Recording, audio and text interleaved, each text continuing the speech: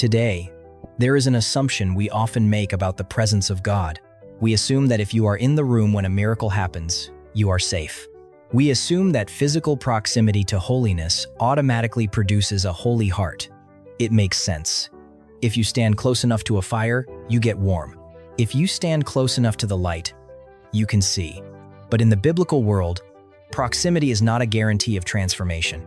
Sometimes, the most dangerous place a person can stand is right next to the fire when their own heart has grown entirely cold. Because when you are that close, you learn how to look like the fire without ever actually burning. No one in the Hebrew Bible proves this more tragically than a man named Gehazi. When we hear his name, if we recognize it at all, we usually think of a thief. We think of the man who ran after a Syrian military commander to steal silver and clothing.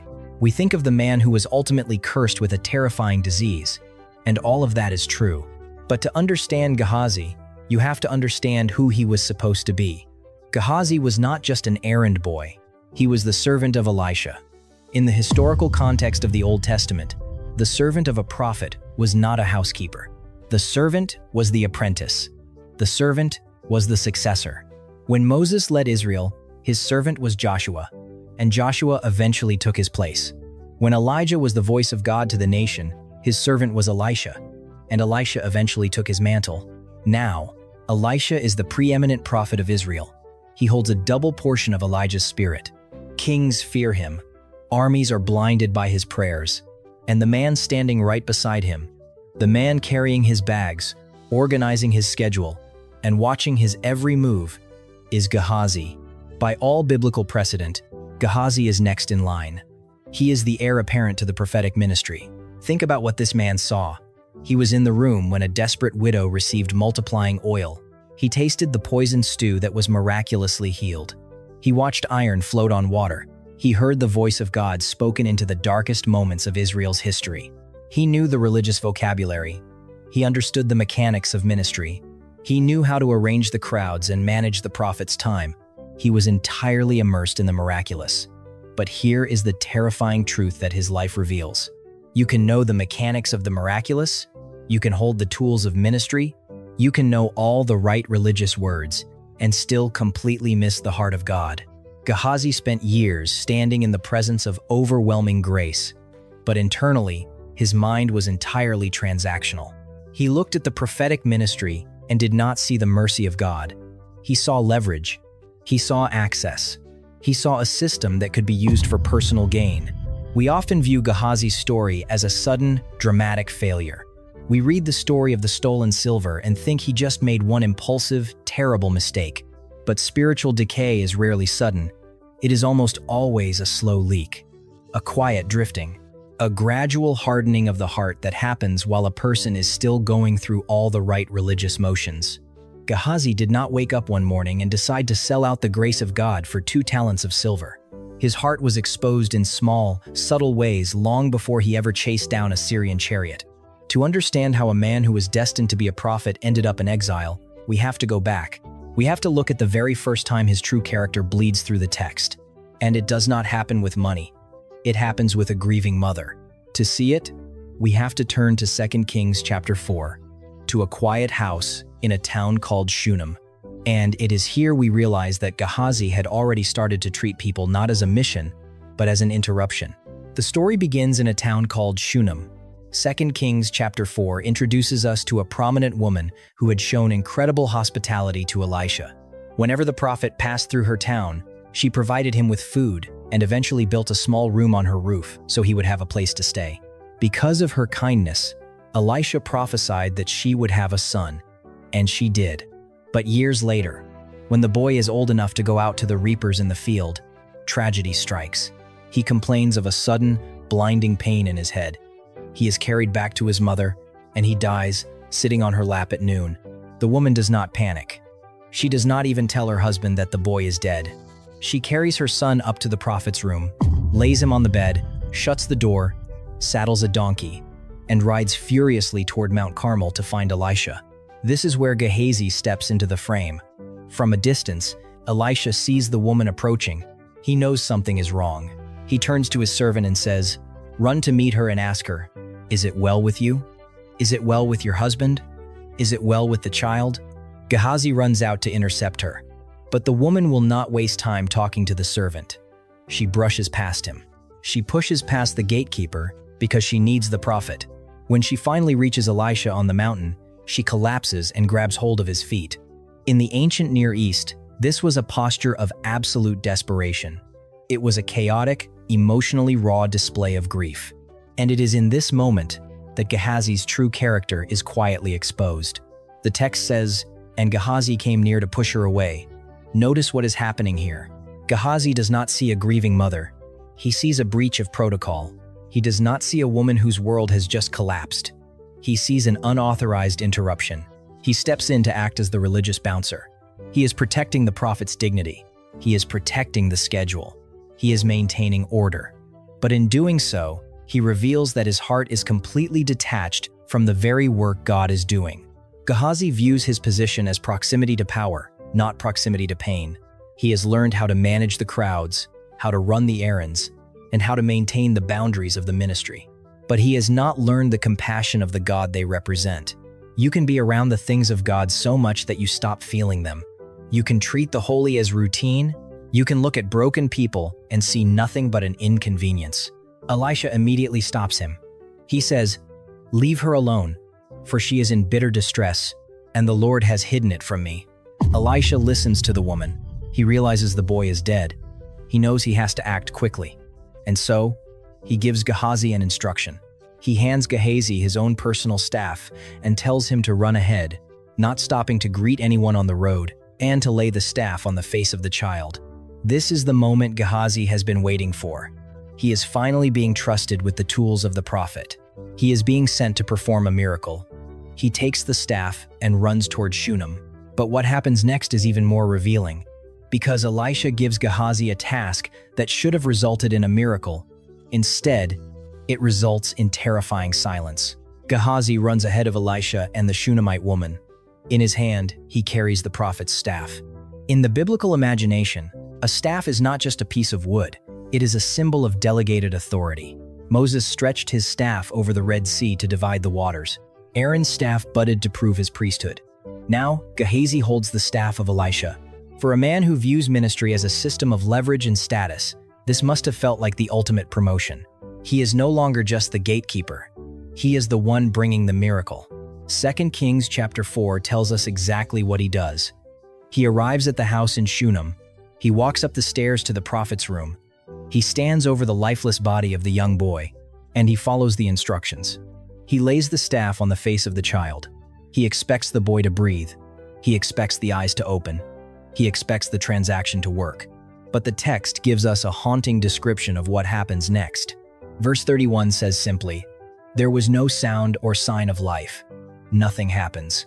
The room remains entirely quiet."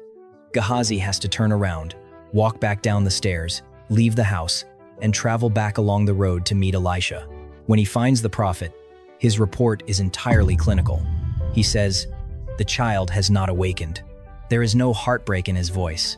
There is no weeping for the mother. It is just a report of a failed procedure. But this quiet moment reveals the deepest flaw in Gehazi's theology. He believed the power was in the wood. He treated the prophet's staff like a magic wand. He thought that if he possessed the right object and went through the right physical motions, the power of God would automatically perform. But biblical miracles are not magic. They are relational. God is not a mechanism that can be triggered by the right combination of religious tools. Gehazi held the staff of Elisha, but he did not carry the faith of Elisha.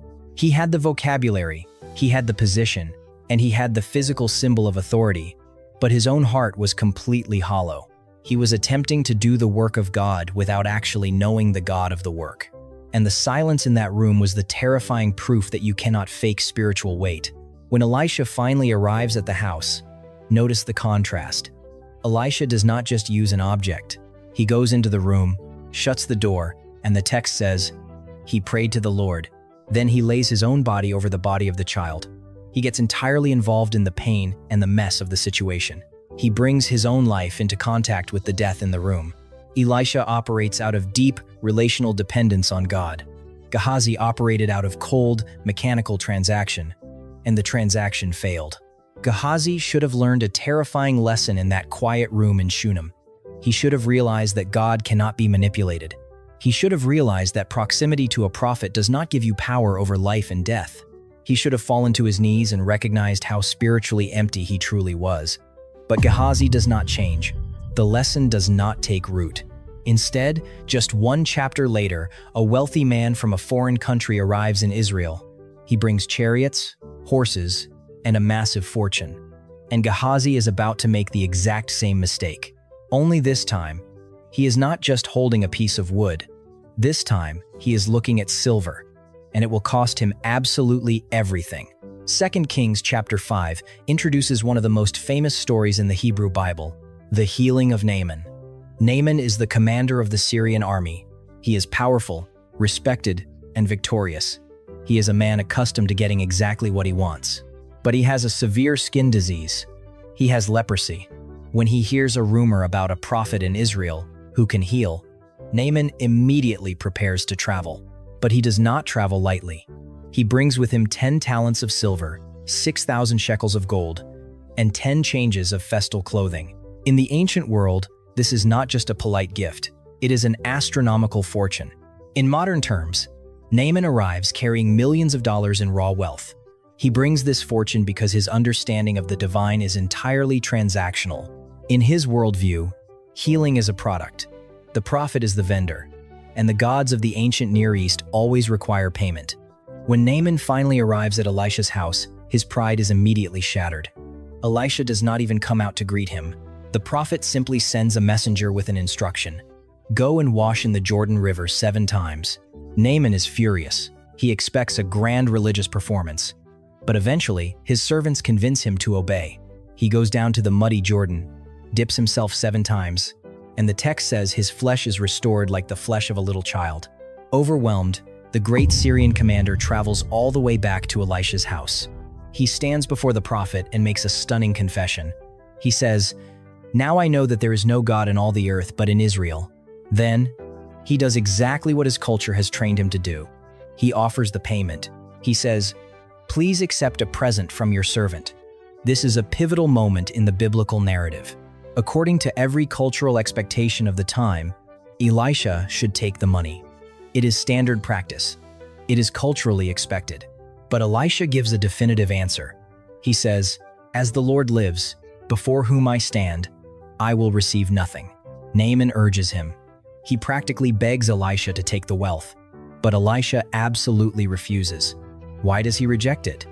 Because Elisha is not just healing a man. He is breaking a pagan worldview. He is teaching this foreign commander that the God of Israel cannot be bought. The grace of God is not for sale. It cannot be earned by military conquest, and it cannot be purchased with Syrian gold. If Elisha takes the money, Naaman goes home thinking he bought a cure. He goes home thinking the God of Israel is just like every other deity, a God whose favor is available to the highest bidder. By refusing the wealth, Elisha forces Naaman to accept the healing as a shockingly, offensively free gift. It is a beautiful moment of pure theology. But someone else is standing in the room. Gehazi is watching this entire exchange. Remember who Gehazi is. He is a servant. He lives the rugged, unpredictable life of a prophet. He has survived on the charity of strangers. He has eaten stew made from wild gourds. He has no estate to his name. And right in front of him, sitting in the courtyard, is enough wealth to change his life forever. And his master is just letting it walk away. For Elisha, refusing the money was a profound statement about the nature of God. But for the man standing right behind him, it was something else entirely. For Gehazi, it was a missed business opportunity. Naaman turns his chariots around and begins the long journey back to Syria. Elisha goes back inside, completely at peace. He has preserved the integrity of God's grace. But Gehazi cannot let it go. In 2 Kings chapter 5, verse 20, the biblical text does something fascinating. It pauses the external action and brings us directly into the internal monologue of the servant. It says, Gehazi, the servant of Elisha, the man of God, said to himself, "See, my master has spared this Naaman the Syrian, in not accepting from his hand what he brought." Pause for a second, and listen to the resentment in his voice. He calls him, "this Naaman the Syrian." Gehazi does not see a miraculous healing. He does not see a man whose flesh was just restored and whose soul was just awakened to the God of Israel. He sees a wealthy foreigner who just got away with a free service. Gehazi thinks Elisha is naive. He thinks the prophet made a terrible, foolish business decision by letting all that wealth walk out the door. He believes his master was too soft. In Gehazi's mind, grace is a waste of capital. But it is the very next sentence that reveals the true, terrifying depth of his spiritual decay. Gehazi says to himself, "As the Lord lives, I will run after him and get something from him." Notice the phrase he uses to justify his plan. "As the Lord lives." In ancient Israel, that is not just a casual expression. It is one of the most sacred oaths a person could take. It is covenant language. It is a profound declaration of loyalty to Yahweh. But here is what makes it so chilling. Just 4 verses earlier, Elisha used the exact same phrase to refuse the money. When Naaman offered the silver, Elisha looked at him and said, "As the Lord lives, before whom I stand, I will receive nothing." Elisha uses the name of God to protect the holiness of the miracle. Gehazi uses the exact same name of God to underwrite his own greed. This is the hidden danger of proximity without transformation. When you spend years around the things of God without actually surrendering to the God of those things, you learn the vocabulary. You learn how to sound spiritual.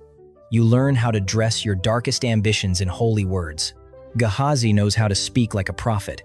He just does not have the heart of one. He has convinced himself that he is entitled to a payout. He believes that because he has put in the time, because he has carried the bags, because he has managed the house, he deserves a cut of the miracle. He is using religious language to validate a deeply transactional heart. And so, he makes his decision. He leaves the house, he steps onto the road, and he starts running after the Syrian chariots. Gehazi thinks he is just running after silver. He does not realize he is running away from his calling. So, he starts running. And when he catches up to the Syrian commander, Gehazi invents a story. But if you look closely at the lie he tells, it reveals exactly what he thinks about Elisha and what he thinks about God. Gehazi runs along the dirt road until he catches sight of the Syrian chariots. When Naaman sees the servant running after him, the text says the great commander actually steps down from his chariot to meet him. For a foreign military leader to do this for a servant is a massive sign of respect. Naaman is entirely humbled by what the God of Israel has just done for him. He asks, "Is all well?" And Gehazi speaks his lie. He says, "All is well. My master has sent me to say, just now 2 young men of the sons of the prophets have come to me from the hill country of Ephraim. Please give them a talent of silver and 2 changes of clothing." Notice the architecture of this lie. It is brilliant, and it is entirely manipulative. Gehazi does not say, "Elisha changed his mind and wants the money for himself." That would have sounded suspicious. Instead, he invents a sudden, urgent ministry need. He creates a fictional scenario about 2 young prophets arriving unannounced, needing support. Gehazi knows exactly how to sound legitimate. He uses the vocabulary of charity to mask his own greed. He asks for the money not under the banner of personal ambition, but under the banner of the ministry. Naaman is thrilled. He is desperate to pay off his spiritual debt. He is so eager that he urges Gehazi to take more than he asked for. He ties up 2 talents of silver in 2 bags, hands over 2 changes of festal clothing, and orders his own servants to carry them for Gehazi. A talent of silver in the ancient world was incredibly heavy. It was not pocket change. 2 talents was a life-altering fortune. It was so heavy Gehazi could not carry it back by himself. But look at what is actually happening in this exchange. Gehazi is not just taking money. He is taking the profound theological lesson Elisha just taught, and he is dismantling it. Elisha refused the wealth to prove that God's grace is wildly, offensively free. Gehazi runs after the chariot to say, "Actually, the God of Israel does have a price. It is just a little lower than you originally thought." Gehazi sells out the radical, unmerited mercy of God for 2 bags of silver and 2 sets of clothes. He puts a price tag on a miracle that was meant to be priceless. And then comes the cover-up. 2 Kings chapter 5, verse 24, tells us that when they came to the hill, Gehazi took the bags from the servants' hands. He dismissed the men, and he hid the wealth in the house. He puts the silver in the dark. He thinks he has orchestrated the perfect crime. Naaman is gone. The money is secured. Elisha suspects absolutely nothing. This is the deep delusion of a transactional heart. Gehazi has spent his entire career watching Elisha see the unseen. He has watched his master know the secret military strategies of foreign kings. He has watched his master know the hidden pain of a Shunammite mother. He knows better than anyone in Israel that Elisha carries the sight of God, but sin creates a terrifying kind of amnesia. Gehazi somehow convinces himself that the prophetic sight he has witnessed for years will suddenly not apply to him. He thinks he can separate his private actions in the dark from his public position in the light. He puts the silver away. He straightens his clothes. He walks back into the house. He stands before Elisha just like he always does, playing the role of the faithful, obedient servant. But Elisha's first question tears the whole illusion apart. Gehazi walks back into the house and stands in the presence of Elisha. He stands there, waiting for instructions. He expects another ordinary day of ministry. He thinks the silver is safe, hidden away in the dark. He believes he has successfully played both sides. But the prophet looks at him, and the silence in the room must have been terrifying. Elisha does not yell. He does not immediately accuse him. He simply asks one devastating question. "Where have you been, Gehazi?" This is a familiar pattern in Scripture. When God confronts human sin, he rarely starts with an accusation. He starts with a question. In the Garden of Eden, God asks Adam, "Where are you?" When Cain kills Abel, God asks, "Where is your brother?" The question is not a request for information. It is an invitation to confess. It is a final opportunity for Gehazi to step into the light and tell the truth. But Gehazi is too far gone. The transactional heart always believes it can outsmart the system. He looks at the prophet who has multiplied oil, raised the dead, and healed leprosy, and he tells a flat, unblinking lie. He says, "Your servant went nowhere." Elisha's response shatters the illusion instantly. He says, "Did not my spirit go with you when the man turned from his chariot to meet you?" Elisha saw the whole thing. The physical distance did not matter. The hidden bags of silver did not matter. Gehazi had tried to separate his private greed from his public position. But in the economy of God, there is no dark room. Then, Elisha asks a second question. And this question reveals the true depth of Gehazi's failure. He says, "Was it a time to accept money and garments, olive orchards and vineyards, sheep and oxen, male and female servants?" Notice what Elisha is doing. Gehazi only asked for silver and clothes, but Elisha lists orchards, vineyards, and servants. Why? Because Elisha is exposing the trajectory of Gehazi's heart. Greed is never just about the initial silver. It is about the empire the silver can build. Elisha is saying, "I know what you were planning. I know the life you were trying to construct with that Syrian gold." But more importantly, Elisha asks, "Was it a time?" This was not the time to profit. This was a moment of pure, shocking grace for a pagan commander. It was a moment meant to prove that the God of Israel is unlike any other God on earth. It was a moment meant to declare that grace cannot be bought. And Gehazi used it to get rich. Because he treated the grace of God like a cheap transaction, the consequence is immediate and devastating. Elisha declares the judgment. He says, "Therefore the leprosy of Naaman shall cling to you, and to your descendants forever." 2 Kings chapter 5 tells us that Gehazi walked out of Elisha's presence, leprous, his skin as white as snow. This is not just punishment. It is profound, terrifying, poetic justice. Gehazi wanted the wealth of Naaman. He felt entitled to it. But you cannot selectively inherit another man's life. Gehazi took the Syrian's silver, but he inherited the Syrian's disease. Naaman, the unclean foreigner, washed in the Jordan River and walked away completely clean, restored like a little child. Gehazi, the religious insider, the heir apparent to the prophetic ministry, walked out of the house completely unclean, bearing the mark of an outcast.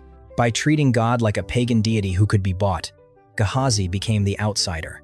He traded his calling, his future, and his proximity to the presence of God for 2 bags of silver he would never be able to spend. Gehazi walks out of the presence of Elisha, his skin white as snow. You would think that is the end of his story. You would think the text would drop him here, forever banished from the biblical record. But years later, Scripture gives us one final, haunting glimpse of him, and it is the most tragic scene of all. Years pass. Gehazi does not disappear from the biblical record completely. In 2 Kings chapter 8, the narrative gives us one final, haunting look at the man who was supposed to take Elisha's place. It is a quiet scene. Gehazi is standing before the king of Israel. The king makes a simple request. He says, "Tell me all the great things that Elisha has done." So Gehazi begins to talk. He starts recounting the miracles. He tells the king about the time Elisha brought a dead person back to life. He tells the story of the Shunammite woman, the exact woman he once tried to push away, the exact woman whose son he failed to heal. And as he is speaking, the text says the woman herself walks into the king's court to appeal for her house and her land.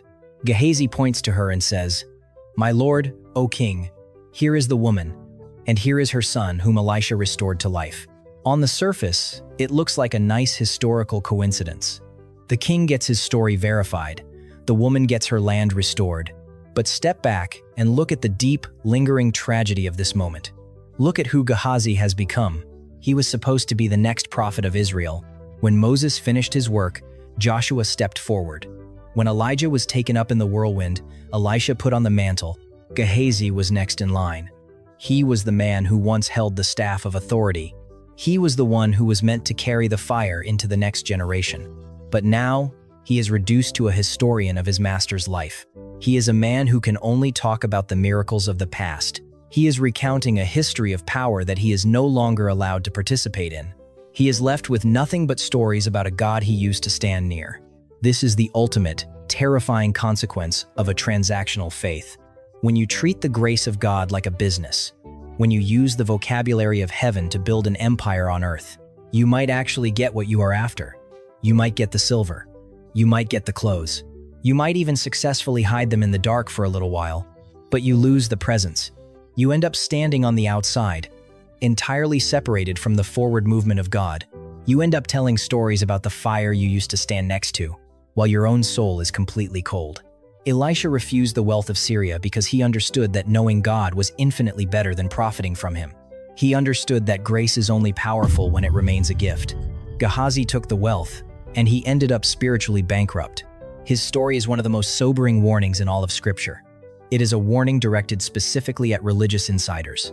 It is a warning to anyone who stands near the holy things of God. Proximity is not a guarantee of transformation. You can know all the right theological language. You can manage the crowds and guard the doors. You can hold the tools of ministry. You can even stand in the very room where the dead are raised. But if your heart is empty, the staff will not work. If you try to buy what God has freely given, you will end up holding the curse you thought you were outsmarting. If this journey has helped you see Scripture with fresh eyes, consider subscribing so you do not miss the next study. Gehazi traded his calling for 2 talents of silver and 2 changes of clothing. But the silver was never just silver. It was the quiet, tragic price he paid to become a spectator to the grace he was meant to carry.